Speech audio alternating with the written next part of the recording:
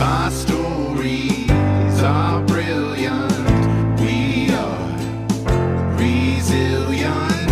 Our stories are brilliant. We are resilient.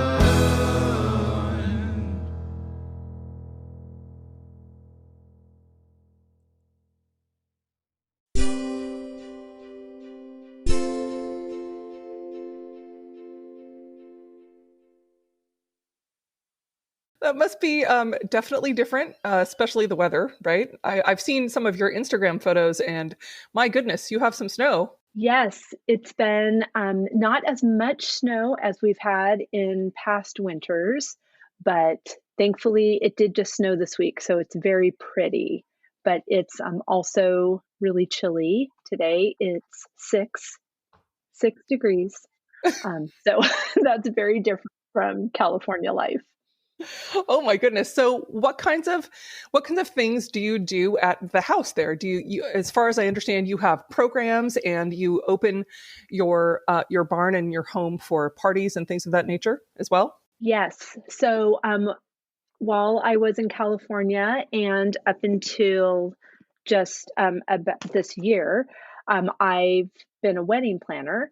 So, kind of the reason for relocating was to have a property that we could use for weddings and events. So, the barn is really old. It's super cool, but it's old. The house was built in 1785, and so the barn is, we don't have an exact date on when it was built, but it's pre-Civil War, and it's so beautiful.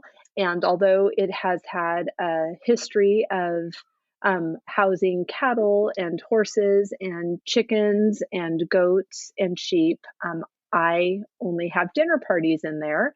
And I also host workshops that are creative based.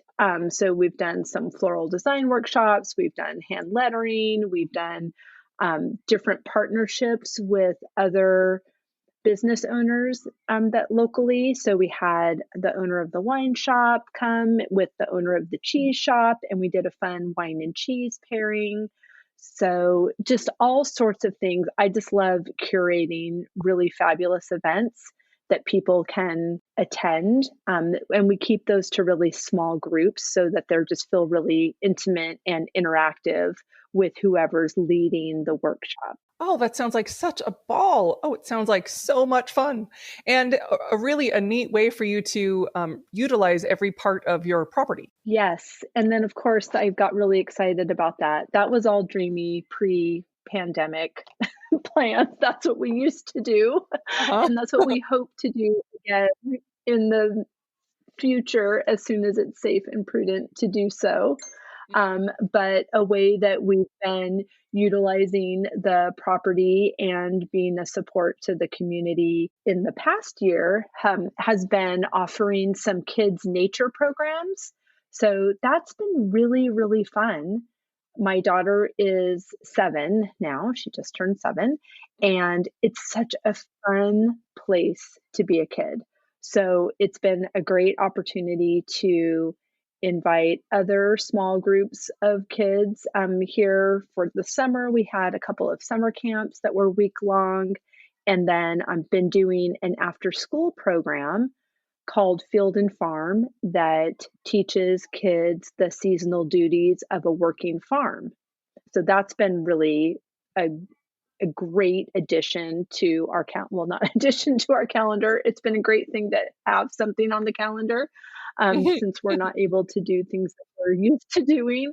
Right. But that's been really wonderful. And it's been a joy to partner with our neighbor. So the farm that abuts our property is Hythe Farm, and Nan Norsine is the farmer owner, and Mhm. she has about 60 head of Shetland sheep. So the first day that school was canceled last March was the day that the first baby lamb was born of the season. So Oh, she enrolled. Yes, it was so darling. So she enrolled my daughter and I in farm school, and we just went there every single day to help bring 22 baby lambs into the world and name them, and it was so fun and such a delight. And so that's what prompted and inspired the after school program. So we teach the kids the different things that are happening on our property as well as on her sheep farm.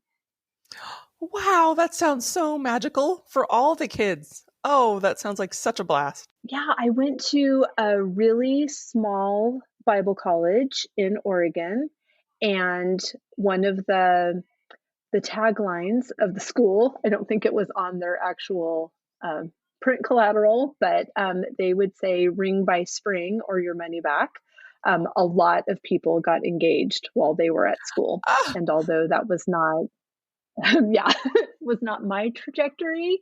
I was asked one summer to be in 10 different weddings, which is just too many. So, and we had a little closet, and it was the early 90s. So all the bridesmaid dresses had really puffy sleeves. So there was no way that I could have 10 of these dresses added to my repertoire.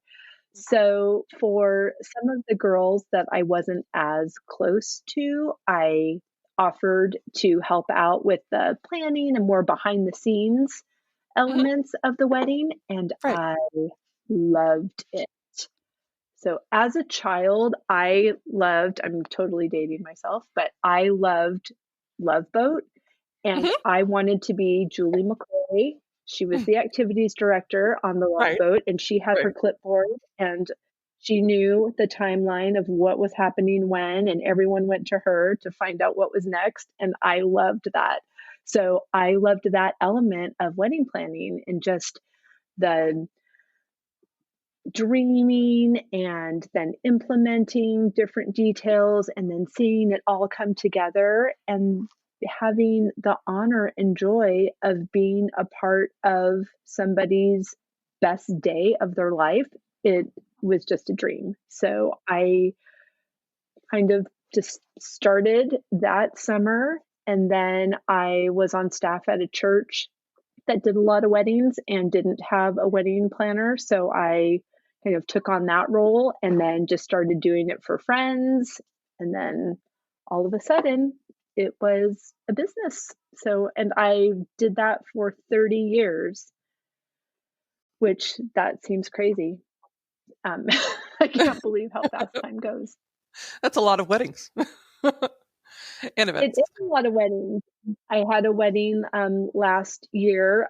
In the pandemic, things had to change quite a bit for this particular couple. So Mhm. we were already working for their large wedding. We were working together, and when things changed and they needed to downsize it significantly, we just moved the party to our house. So we hosted their wedding here. So I'm super happy that my last wedding as a professional wedding planner was also my first wedding at the Phineas Wright House. So we're very excited for more of those in the future.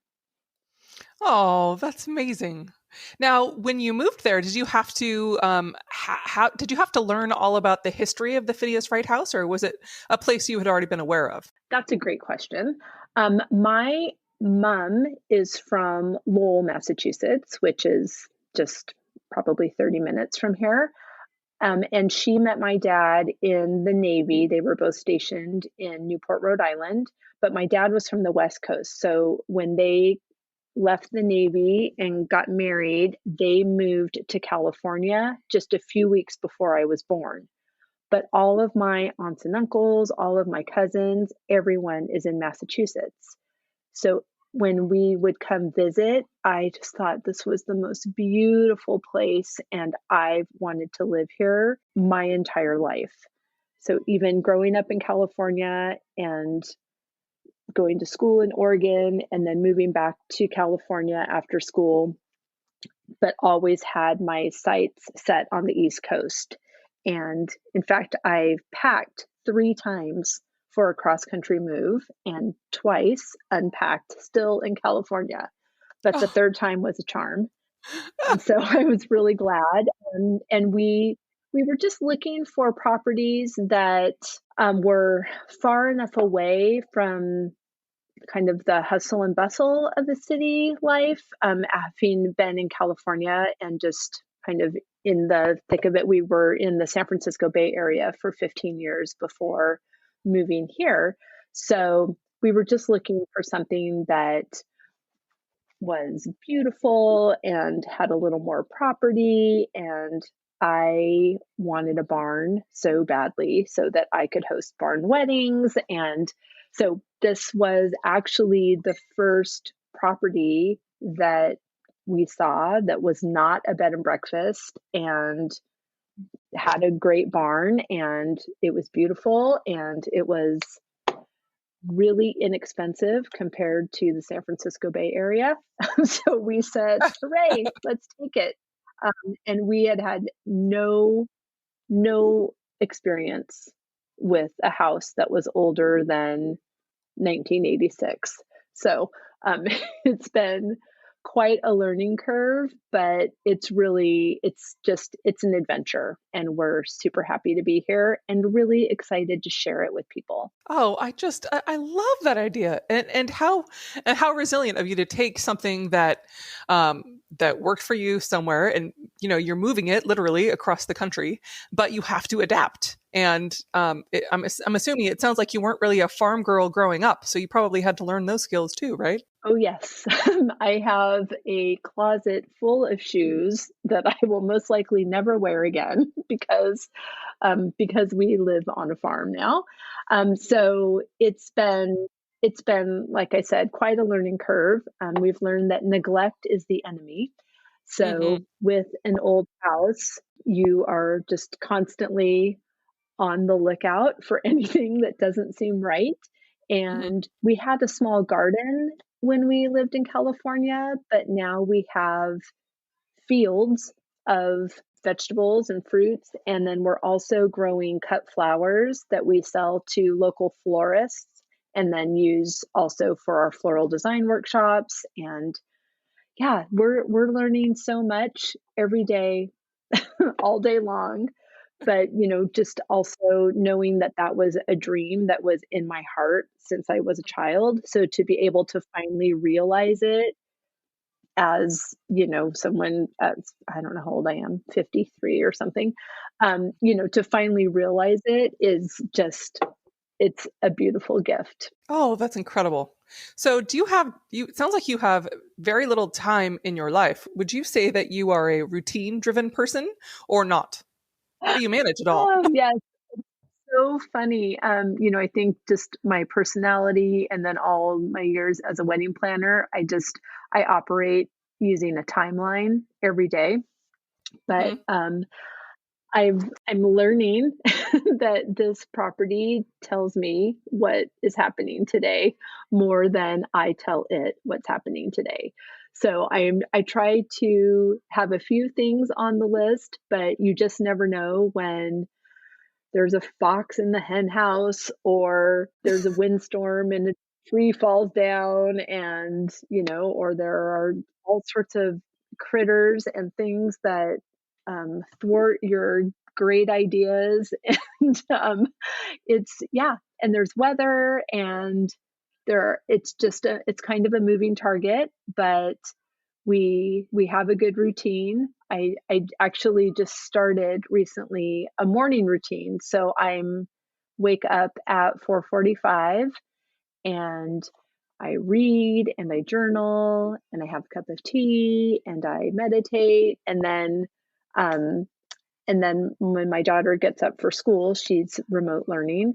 Then I'm feeling like more ready to be there for her and be there for my husband, who's also working. Like his office is the dining room, and my daughter's class is her bedroom, and then my office is here. So there's there's a lot of things going on, but we're just embracing the challenges of every day and grateful to be here. It sounds like your morning routine is something that's a really good idea for self-care. Are there other things that you routinely do to kind of take care of yourself amidst all of the hustle and bustle? Yeah, I'm so happy to have started this routine. Before that, I haven't read.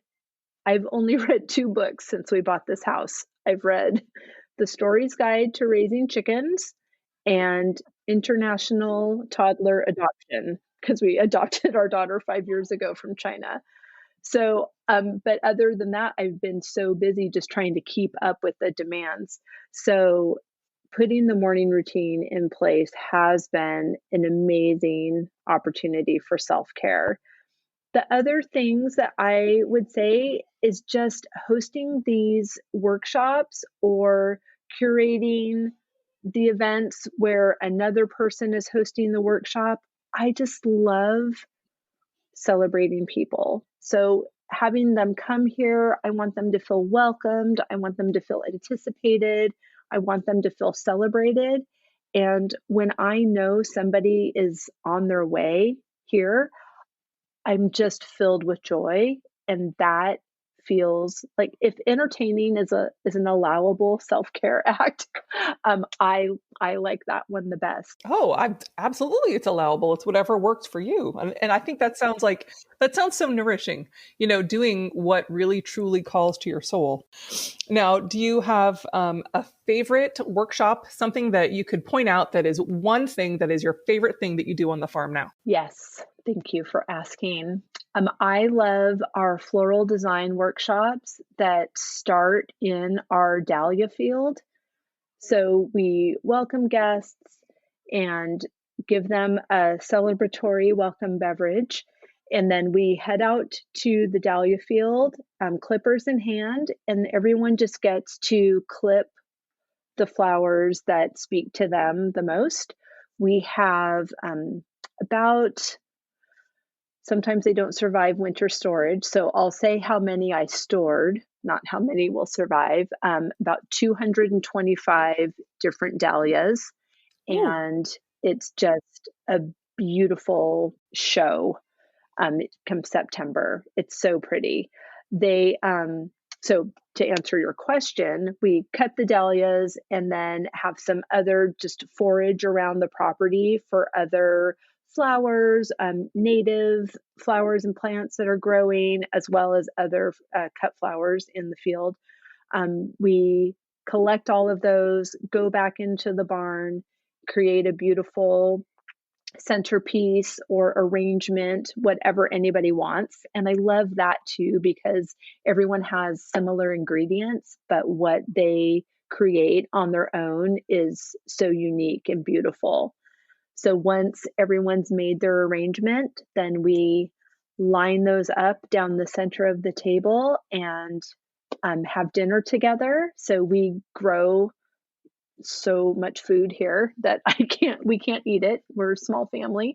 So I make dinner for everybody and we enjoy the beautiful arrangements down the center table and a fabulous farm to table, hyper local farm to table meal that was all created with ingredients within walking distance to the barn, and just celebrate each other. And it's leisurely and it feels like an escape, even though our address is right on Main Street. What a delightful visual. I can picture it. It sounds like it sounds like from Sunset Magazine. I can see the flower arrangements down the middle. Oh my goodness. Now I'm glad that you brought up food, because one of the things that I've been watching, listeners, it's pretty amazing. You definitely should follow the Phineas Wright. It's an incredible just visual display. Wendy has done so many different beautiful Instagram posts, and she's been featuring all different kinds of workshops online all winter. Things from how to cook a holiday meal, as I recall, to she does a different drink every Friday night. That's true. Oh, and some of the things that she's come up with are just absolutely scrumptious. Thank you. It's so fun. I was inspired this past summer just with, trying to be creative, we planted all of this food and then no one could come because of the pandemic. So I created a CSA and started delivering my produce around town. And then I thought, oh, if people have something to eat, they should have something to drink too. So we have garden inspired craft cocktail kits. So those are the cocktails that I've been demonstrating on Friday evenings on the Facebook page and on Instagram, so that you spoke about. So yeah, so those recipes are inspired by what's growing in the garden, or right now the garden's covered with snow, but we've got some things that have been stored up. So we're using those. What's one of your favorite things to make food-wise with ingredients from your farm and in your environments? Oh, that's a great question too. I would say, just going back to neighboring Hythe Farm. I know it's, for some people, it's really easy to imagine playing with baby lambs, and then it can be a little abrupt to say that your favorite thing to cook is lamb from next door, but that is it's on purpose, and that is how Nan makes her money. And so we love to support local farms, and knowing how they were treated is really important to us. And the fact that I can see them from my desk out the window it's beautiful. I'm witnessing their excellent treatment, and it shows when we are able to serve those meals. So I would say leg of lamb, and then we grow so many different things. So I love just kind of being inspired by taking a walk through the gardens and see what's ready. But we have several varieties of heirloom tomatoes. So I like to grill the leg of lamb with rosemary, and then when it rests, I let it rest on a bed of heirloom tomato slices, and just the juices from the meat, seasoning the tomatoes, and tons of fresh basil and rosemary and all sorts of good things. That's making me long for, as I look at my snow-covered garden from where I'm sitting. Now I'm longing for tomatoes. Oh, me too. I saw them advertise heirloom tomatoes the other day, and I was like, that's not real. I mean, it is, but it's not the same. You're right about that. Yes, my but God. like you said, we have a lot of things that we're offering. We're doing a lot of everything online right now. So we've got different cooking classes. We have a cookie subscription box. So we send out a dozen beautiful, delicious, yummy cookies once a month. So some people have that subscription for a year. A lot of people gifted it over the holidays, so that's a lot of fun. But we're looking forward to when we can all be together again. I'm also planning some luxury trips that I'm curating those experiences. So we're taking the Phineas Wright House on the road a few times. So there's lots of good things ahead. Oh, I'm so excited. Now, how can listeners get in touch with you? Could you tell us your website and your Instagram, please? Sure, absolutely. It's phineaswrighthouse.com for the website. And on Instagram, it's Phineas Wright House. Perfect. Now, all this will be on the webpage for this podcast, as well as my own Instagram. If you would like to get in touch with Wendy, if you want to visit the Phineas Wright House when you can, or just enjoy her wonderful offerings. Thank you so much for talking to us today, Wendy. Thank you. It was a pleasure.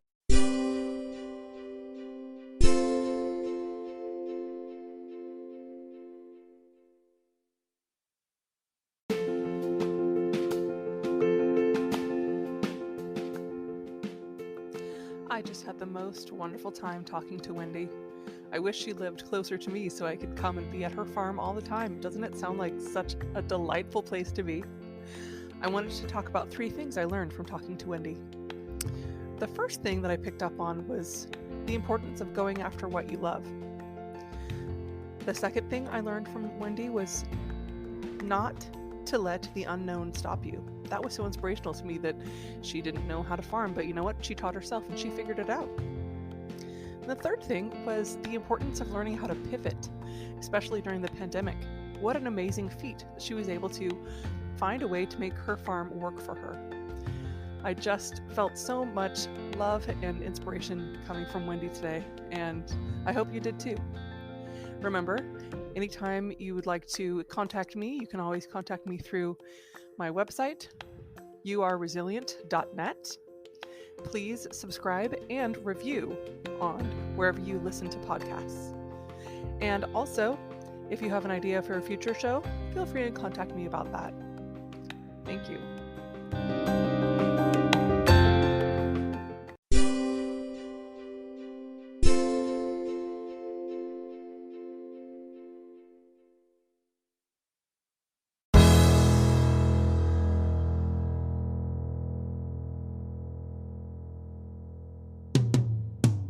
Sometimes we have to start over.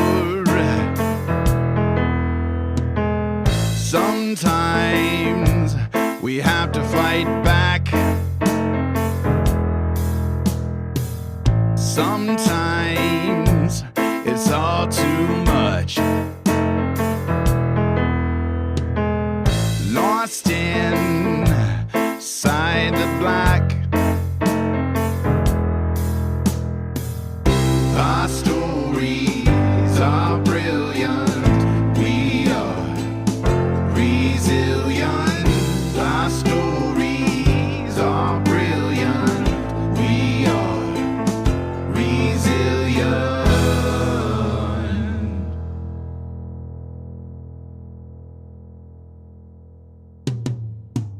Sometimes we need to lift the voices of those who've overcome and expose the ones that made the choices